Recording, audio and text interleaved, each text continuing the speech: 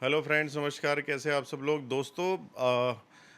America और Iran का जो युद्ध है वो रुक नहीं रहा है।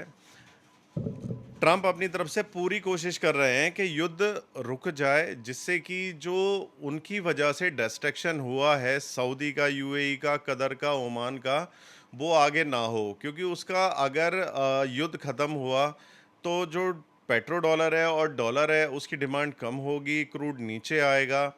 और अगर ये सब नीचे आते हैं तो यूएस को नुकसान होगा।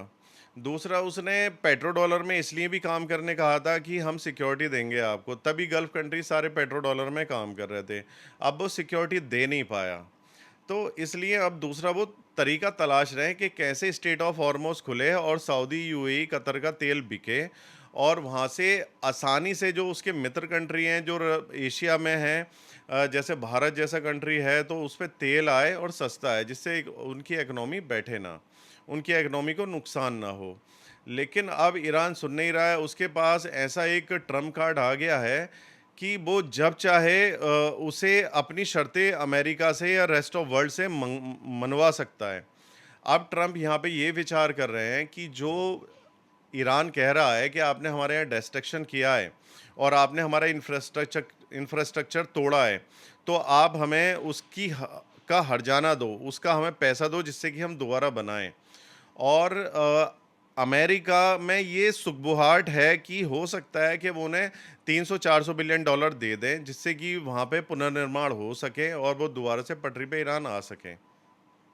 लेकिन कंफर्म नहीं है, लेकिन ऐसी बात चल रही है। अगर ऐसा होता है तो ये ईरान की बहुत बड़ी जीत होगी कि इतने बड़े कंट्री को उन्होंने झुका लिया, वो उससे जीत नहीं पाए, प्लस वो अपनी अमेरिका शर्तें भी नहीं मनवा पाया, और ईरान में ना रिजीम चेंज हुई, ना ही वो उसके तेल और गैस पे कब्जा कर पाए।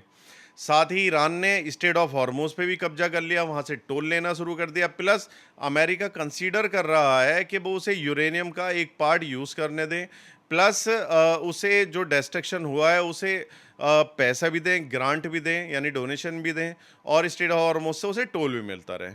तो दोस्तों, आपका इसमें क्या कहना है, जरूर बताएं। धन्यवाद।